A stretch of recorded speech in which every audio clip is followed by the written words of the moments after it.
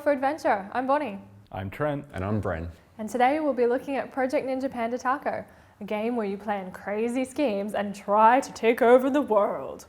In case the name hadn't tipped you off, this is a game that doesn't have a serious bone in its body. All you need is 4 to 6 players, the book, some fudge dice, and 2 hours to play. Yep, this is probably the shortest game we've covered on Roll for Adventure, but it's still a lot of fun for both role-playing veterans and new players. You start out by creating your evil mastermind. Playing to popular tropes will help you a lot here. Think Pinky and the Brain or Dr. Evil. Picking a silly voice or accent works really well too. First, you pick one of your qualities. These can be items, locations, or attributes. If we go with Dr. Evil, you could pick Secret Volcano Lair as a quality. There are 5 slots for qualities, but you only pick the first one. The other players at the table will each get to give you one of your qualities. Since you'll be trying to take over the world with these qualities, expect the other players to give you some bizarre and crazy options. Once you've got all your qualities filled out, it's time to pick a minion. Because no mastermind is complete without a crazy minion.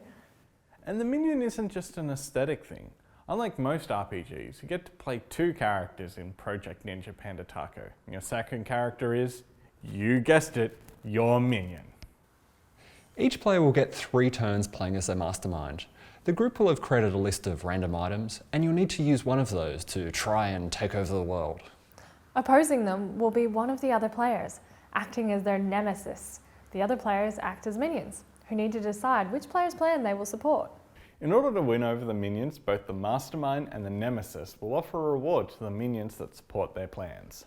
The minions will all vote simultaneously and then describe how they will help or hinder the mastermind's plan. Mechanically speaking, each supporting minion gives the mastermind or nemesis a +1 to the roll of the dice, which will decide the outcome. After the 3 rounds are done, you'll tally up how many successful plans you've pulled off, as well as how many plans you've foiled for the other players. And then you're done. As we said, this is a really quick and simple game to play, and it's a great way to get new people into role-playing. Well, that's a quick breakdown of the core mechanics of Project Ninja Panda Taco. After the break, we'll go into the strengths and weaknesses of the game and give you our overall impressions. Stick around, we'll be right back. Welcome back to Roll for Adventure. We're having a look at the game Project Ninja Panda Taco. So guys, we've had a look at the core mechanics of the game. How would you sum up the overall feel?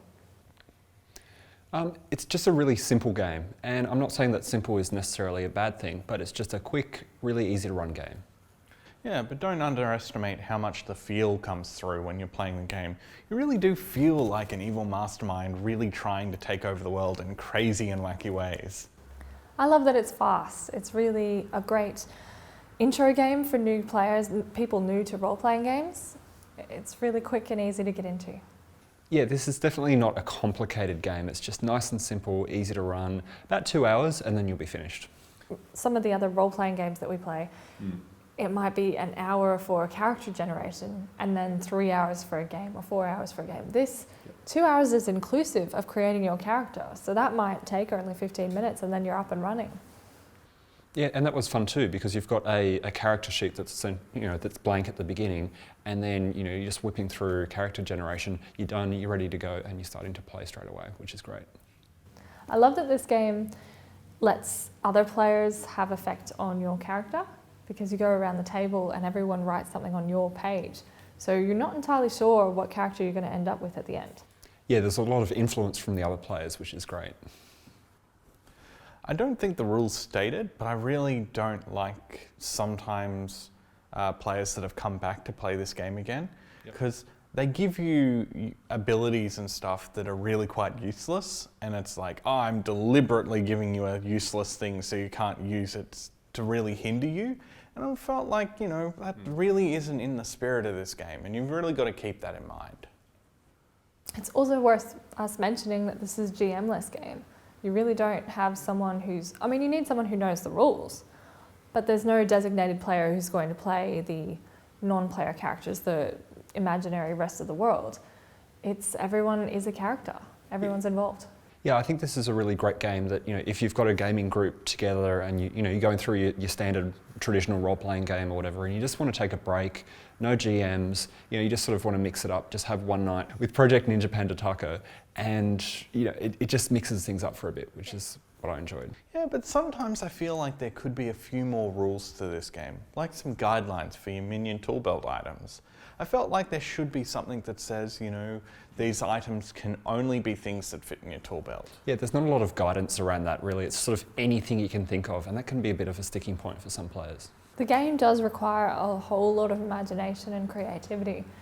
And there are examples in the book, but it's good if you can help each other out. Yeah, it's very much a framework of how to play this game. And you get into it and you sort of start, but then the game sort of drops you and you're left to fend for yourself. And it's like, well, how wacky can I go with my projects to involve a thing? How big can I go with my Minion items? Do my Minion items have to be related? And if you've got a player that's quite stuck for ideas, that can really grind the game to a halt, which is a bit tough.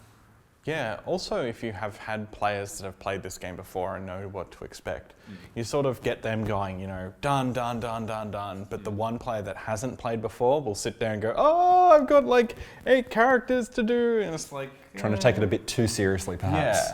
Yeah, but also, the other players will have everything ready to go, and there'll be like all 4 character sheets waiting at one player. Yeah, there's a bit of a queue up kind of thing, so it's important to keep that moving during character generation. Or to just help each other out.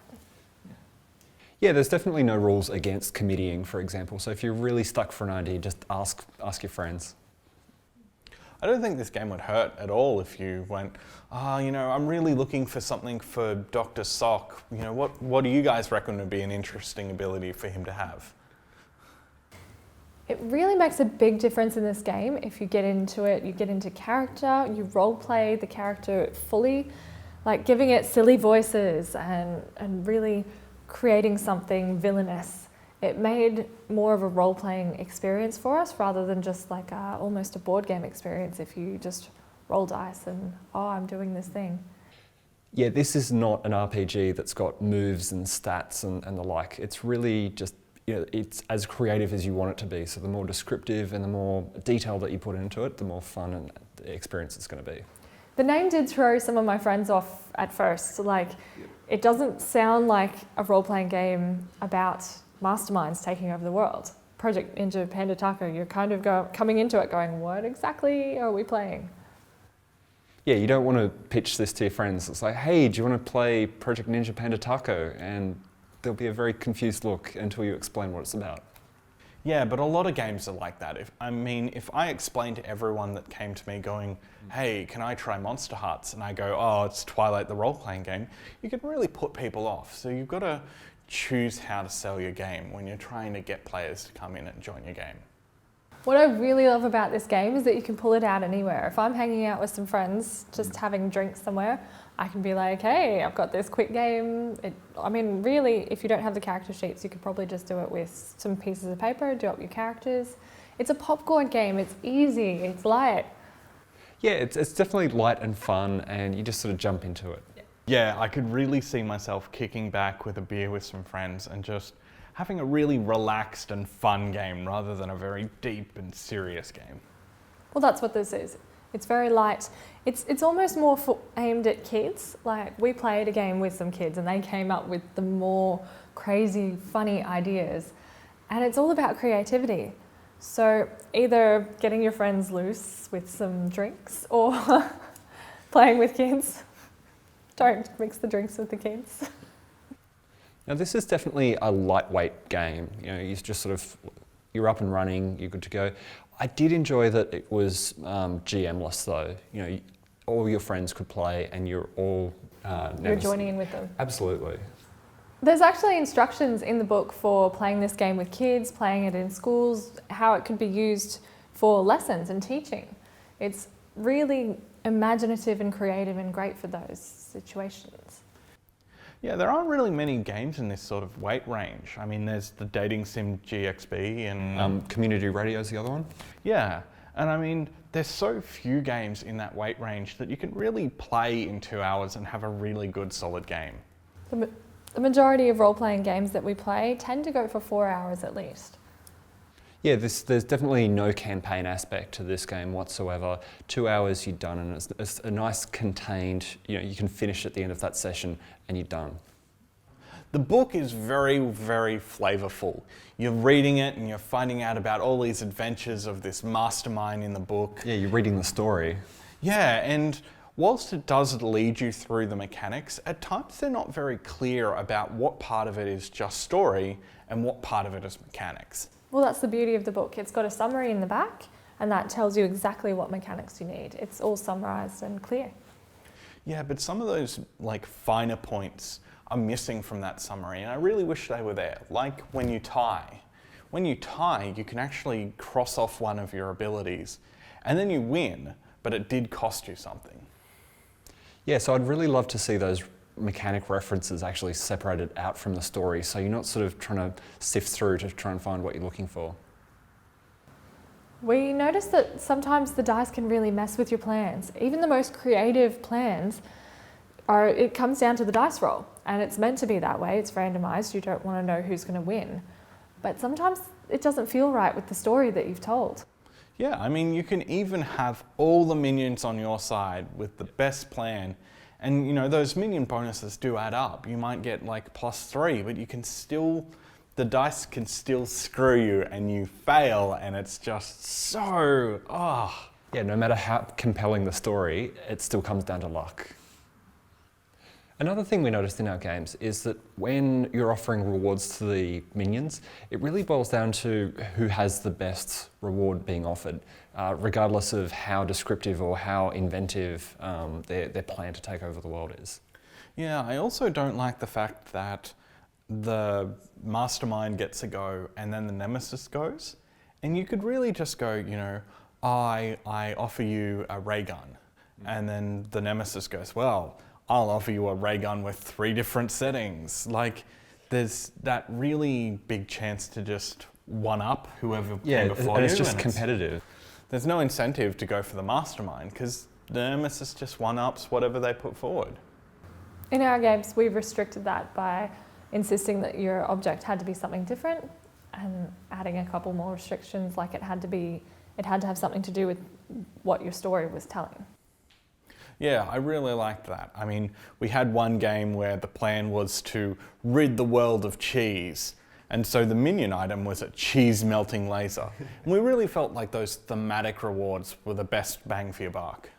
But just to be clear though, that's not part of the rules, but we just found that it made the game more interesting by doing so.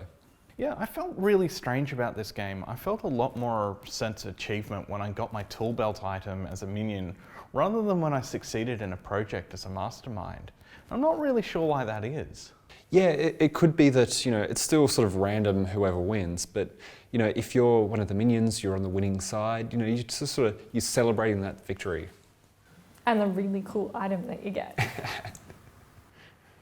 There's definitely some cool swag that comes out of this game. Exactly. So after the break, we'll be speaking with the designer of the game. Don't go anywhere.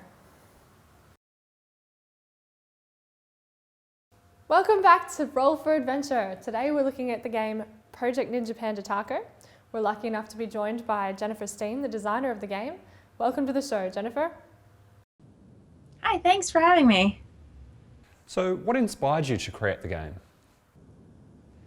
Well, it all started, used to have a podcast called Genosodes, and I think as a podcaster in, the gaming community, you're interviewing or you're talking about all these games and you're like, I should probably make one. I know all this stuff, I have all these resources, I talk to all these people. You start collecting all that information, I really should come up with a game. So I'm like, okay, well, what do I want to have it about? I'm like, but I always wanted a minion. Maybe I should have one about masterminds and minions, because I love Despicable Me. All those cartoony, Pinky and the Brain was a huge inspiration. So it kind of started there. And I kind of started picking up ideas, and I was going to a lot of conventions, so I was talking to a lot of people. There might have been some drinks involved, get the conversation flowing, ideas going, creativeness. and it kind of all flowed from there. What were your main design goals? When I started out, I wanted it to be like a kid's game. I wanted it very colorful.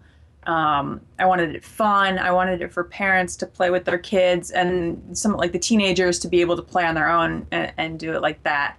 I know, so I have a lot of designers who are like, okay, well, don't think about the end product. Think about, like you should be concentrating on actually designing the game, because you can't make the game unless you have it finished. But I was like, okay, well, I had these ideas in the back of my head of what I wanted it to look like. I wanted it like a square hardback cover, like book, lots of illustrations through the whole thing, a very fun feel to it. So that was kind of like the design goals. Being able to play it with like a minimum of 3 people to like 6. So that came into like the design, like how do you get, enough people to play, but not too many people? Like what's that good ratio? Like 4 to 6, 3 to, trying to get those numbers. So how would you sum up the game for somebody new to role-playing? Well, it's very fun, lighthearted. You're taking over the world. You get to be that mastermind, but you also get to play a minion. So it's a kind of different than other games where you only have 1 character. You get 2 here. And you get to take turns playing. You get to be as wacky as possible. So the more wacky and outrageous, like think Pinky in the Brain, where he just comes up with these outrageous ideas, like that's what you want. You want to capture the moon and like shrink it down. That's exactly the ideas you want to have. So all these goals in life that you have of like taking over the world, you actually get to play that in a fun, hopefully family-oriented kind of way. There have been games where they've gone in a different direction at conventions, but it's supposed to be able to span like different age ranges, so you can have fun playing with kids, or you can have fun as adults, like hanging out like at night, like on a Friday night playing. Are there any aspects of the game you think could work better? I did this back in, I want to say 2012 is when 2013 is when I designed it and printed it. A couple of things have come up afterwards to make it, like a little more seamless, a little more, maybe how the book was presented. I think I've gone back and been like, oh, maybe I should have had a page in there about that, or changing it that way. But I think overall, like how the game works, it went through extensive playtesting and editing. So I think the core game is good, there and done. I wouldn't change anything about that. Maybe just more about like the presentation, forgetting a couple like explanations in there to help with someone new just picking up the book and being able to play right off of it. Project Ninja Panda Taco is unusual for an RPG in that it has a winner at the end of the game. What was your thinking behind this? Having a winner at the end, I mean, like a mastermind, like I always wanted someone to win at the end. I mean, it might just be for fun, someone could tie, but that was always a design goal. You're doing all this stuff, you're competing with each other, there should be a winner. It's kind of how the game evolved. I feel like it kind of would just be, I don't know, not a letdown, but it just didn't fit right if everybody won. If nobody wins, that's fun. Like it's because you all failed in somehow, but you're always trying to succeed. So winning and succeeding kind of go hand in hand. So just kind of, that's how it evolved to have a winner at the end. Did you ever consider making PNPT a board or a card game rather than a role-playing game? I've thought about doing like a card game or a board game or something. Just never got to that point. I ended up having a child, so that kind of stalled out all the gaming stuff. But I feel like I always want to keep going back to it to design something, but I need to find like the time to do it, because it is a time constraint. If I'm going to do it, I want to do it right. It's just like I need to find that time, that goal, that inspiration. I don't want to make something into a board game or a card game that's just like every other game, or the mechanics are already there. I don't want to put a good spin to it. So now you're looking into, like play testing, and then taking the game itself to like the next level of actually printing it and creating it for, you know, other people to buy and have. So maybe someday. Yeah, as the child gets older and can play it too. I think I'm kind of waiting for. He's just turning 2, so maybe when he can start playing like a 4-year-old type game, maybe, you know, I thought about doing like different levels. So as he got older, making like a card game for him with Masterminds and Minions and Project Ninja Panda Taco. So maybe I might get there. We found the game often boils down to who offered the best reward, regardless of the plan. Do you think a few more limitations on the rewards could really help the game? I mean, it could. I feel like I kind of left that really open to, you know, if you're playing it with a lot of friends, like a whole bunch of times, you could always do some house rules. You know, if you're finding that it's not as much fun for some way, like you should be able to implement your own. So it's kind of broad to give you the basis to do things. I've had some teachers come back and say, you know, they used it in their classroom. They tailored it down to like 45 minutes so like they get the kids to like come up with creative things. During playtesting, I had, you know, like people voting. I think the whole voting thing helps too. But it also then maybe you should come up with better ideas. I don't know. Like, but you can have house rules. I feel like, you know, with D&D and other games, you make it for your group. So I think if you set too many limitations, kind of you're forcing everybody to do it that way. So where do you see Project Ninja Panda Taco going in the future? Maybe trying to do like a board game or a card game. You know, talking about it after so long, you know, like trying to, you know, start coming up with some ideas. I'm starting to get more time now. So going to like conventions again, starting to get back into everything. It's kind of want to take the game maybe to the next level of branching out into like a Project Ninja Panda Taco like series or something. I don't know.